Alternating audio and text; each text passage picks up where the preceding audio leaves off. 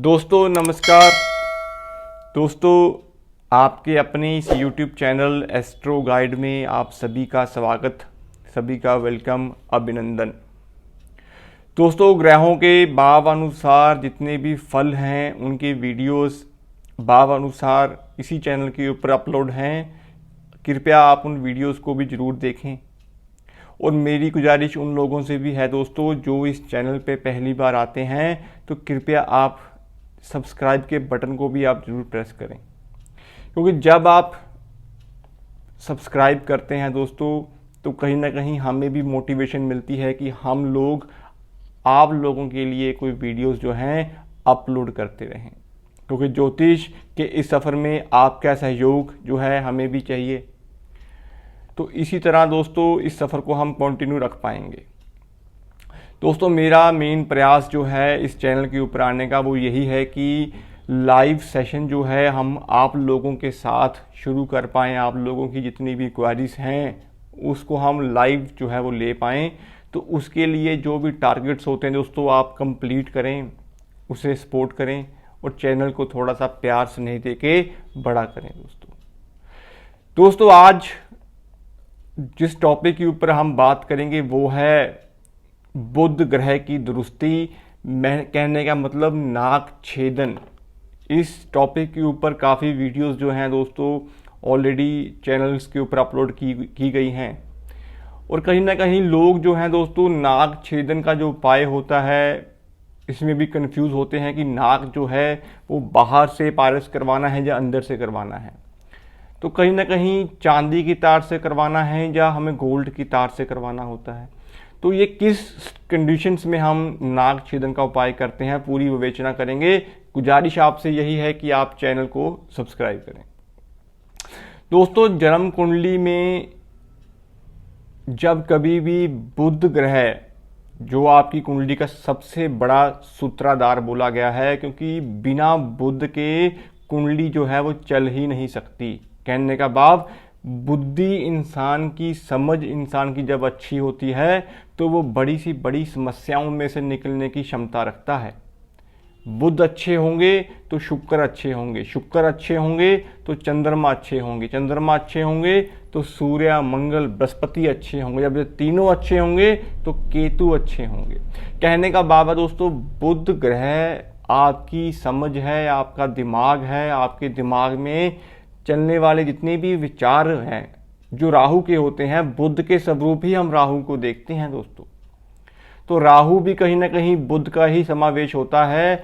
आपको अपनी कुंडली में बुध ग्रह को अच्छा रखना उतना ही जरूरी है दोस्तों जितना कि बाकी ग्रहों को। कंडीशन यही होती है कि बुध कुंडली में किसी भी पापी ग्रहों से दृष्ट ना हो और बुरे भावों में ना बैठा हो। अब इंसान जब अपनी ज़िंदगी में दोस्तों कोई भी बिजनेस करता है, व्यापार करता है, तो उसे उस व्यापार को चलाने के लिए पैसा भी चाहिए और बुद्धि भी चाहिए।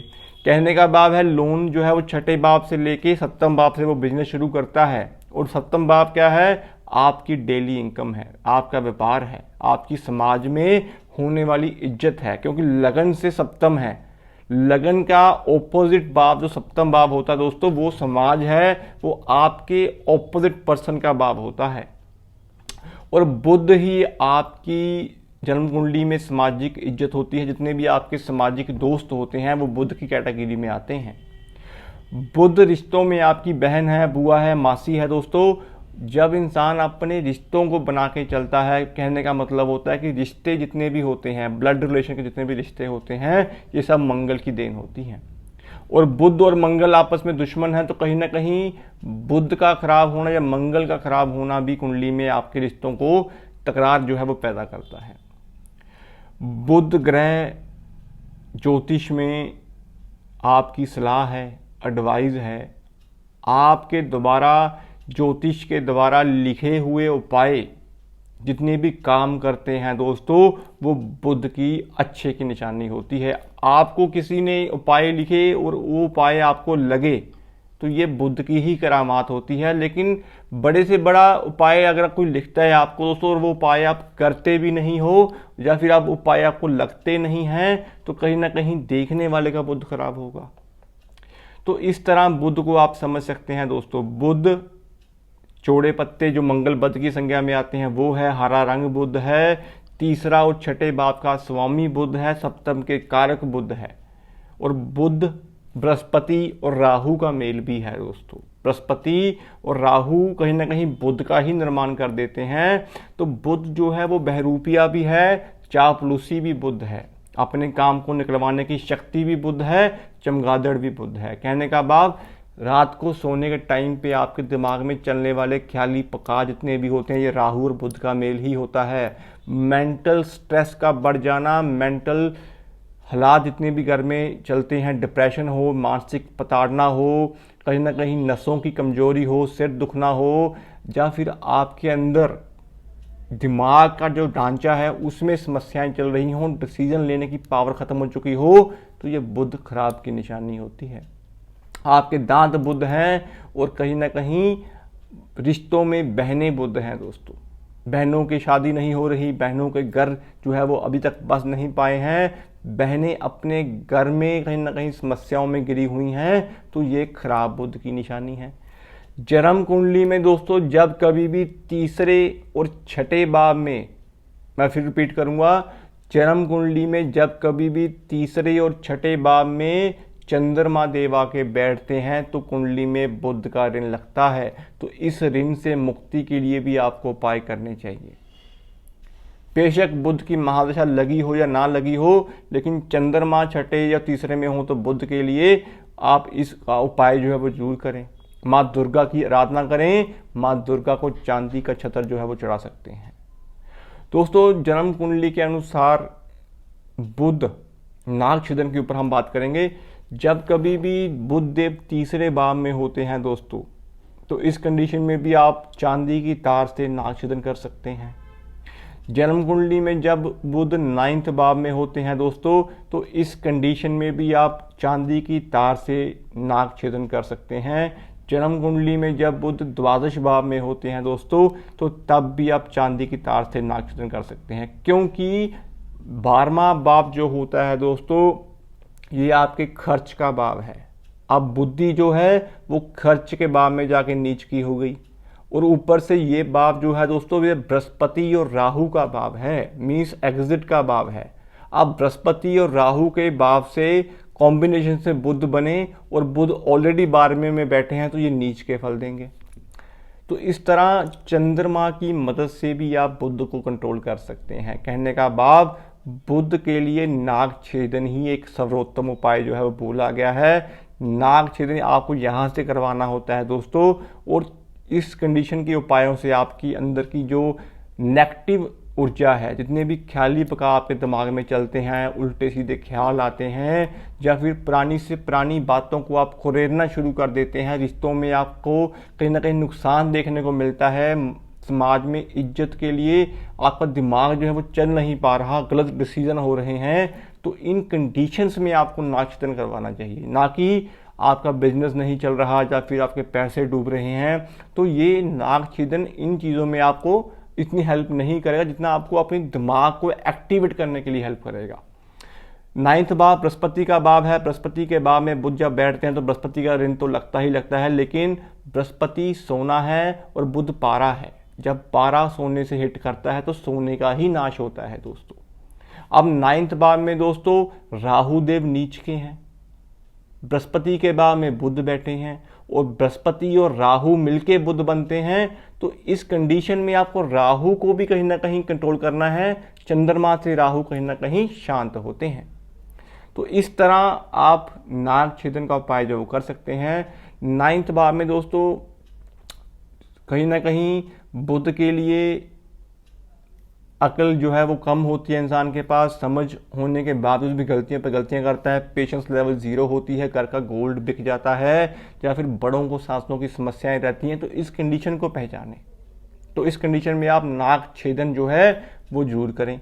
अब नाग छेदन दोस्तों आपको कब करना है, कितने दिन तक करना है? दोस्तों मोस्ट प्रॉब्ली 43 डेज के लिए बोला गया है, लेकिन सबसे जरूरी चीज़ ये होती है कि दोस्त जब आप नाग छेदन करवाते हैं तो लोग जो है वो नाग की जो बाली होती है, जब वो तार होती है, उसको जल प्रवाह नहीं करते। वो नाग एक बार जो है पालिश करवा लेते हैं, उसके बाद उसको रख लेते हैं 43 डेज़ के बाद कंटिन्यूस 3 महीने हो गए, 6 महीने हो गए, लोग निकालते ही नहीं हैं दोस्तों। उसके बाद वो जब निकालते हैं तो जल प्रवाह करना भूल जाते हैं या फिर वो घूम जाती है। तो इस कंडीशन को समझें, जब कभी भी आप तार निकलवाते हैं तो उससे आप पानी में जल प्रवाह जरूर करें।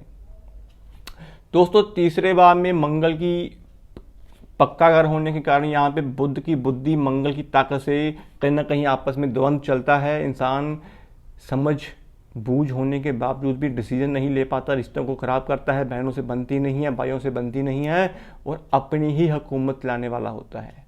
बैसने का आदी हो जाता है और रिश्तों को कुछ समझता नहीं है और बाद में गलतियों करने के बाद खुद ही उन गलतियों के ऊपर जो है वो कुतरना शुरू कर देता है और रिश्तों में मंगल की ताकत जहाँ पे होगी वहाँ पे बुध की बुद्धि काम नहीं करेगी। तो इस कंडीशन में भी आपको कहीं ना कहीं नागछिदन जो है वो हेल्प करेगा। मेन पॉइंट क्या है नागछिदन का, कि जब कभी भी आपको मानसिक प्रताड़ना हो, रातों की नींद ना आ रही हो, डिप्रेशन के हालात बन रहे हों या फिर आपकी नसें जो हैं वो कमज़ोर हो चुकी हों और आपको कुछ समझ ना आ रहा हो, गोलियों के ऊपर आप गोलियां जो है वो खा रहे हैं, होम्योपैथिक हो, आयुर्वेदिक हो, किसी भी प्रकार की मेडिसिन आपने शुरू कर रखी है और आपको लग नहीं रही है, बट आप वो उस चीज़ के लिए एडिक्ट हैं, जुबान का चस्का आपको लगा हुआ है, तो ये बुध खराब की निशानी होती है दोस्तों। तो इस तरह आप बुध को दुरुस्त करें। नागछिदन चांदी की तार से ही ज़्यादा सूटेबल दोस्तों रहता है। तो कंडीशंस यही है कि तीसरा, 9th और 12वें भाव में जब बुध बैठे हों तो आप नागछिदन जो है वो कर सकते हैं। कंडीशन में दोस्तों लगन में भी बुध बैठे हों या अष्टम में बैठे हों तब भी आप कर सकते हैं, लेकिन प्रॉमिसिंग जो होता है वो 3, 9, 12 में अच्छा बोला गया है। बाकी कुंडली के और भी उपाय बनते हैं ज्योतिषियों के हिसाब से भी दोस्तों आप करें। बुध राहु बैठे हों तब भी कर सकते हैं, बुध गुरु बैठे हों तब भी आप कर सकते हैं, लेकिन बुध गुरु की युति में उपाय अलग से बनते हैं। लेकिन कंडीशन यही है कि 3, 9, 12 में अगर बुध बैठे हों तो आप जरूर करें। बाकी दोस्तों कुंडली की विवेचना के बाद ज़्यादा उपाय जो है वो सूटेबल रहते हैं। वर्षफल में आपके कौन से ग्रह कहाँ से मूव कर रहे हैं, कौन से ग्रह के ऊपर कौन सा ग्रह आ रहा है, इस कंडीशन को भी जानना जरूरी होता है। तो दोस्तों मैं उम्मीद करता हूँ आपको ये वीडियो जो है अच्छी लगी होगी। अगर वीडियो अच्छी लगी हो तो आप प्यार से नहीं देके इस चैनल को सब्सक्राइब जरूर करें और नोटिफिकेशन की बेल को भी प्रेस कर लें, क्योंकि प्रयास यही होता है दोस्तों कि टॉपिक नहीं लेके आएँ, कुछ समझाने की इच्छा होती है कि आपसे वो ज्ञान जो है वो शेयर कर पाएँ और लाइव सेशन फ्री कुंडली का आप लोगों के लिए शुरू कर पाएँ। तो उसके लिए भी आप सपोर्ट करिए और चैनल को थोड़ा सा बड़ा करिए दोस्तों, प्यार दीजिए, स्नेह दीजिए, तो इस सफ़र को हम कंटिन्यू करेंगे दोस्तों। ऐसी ही और वीडियोस लेके आते रहेंगे। आज के लिए दोस्तों इतना ही, धन्यवाद दोस्तों।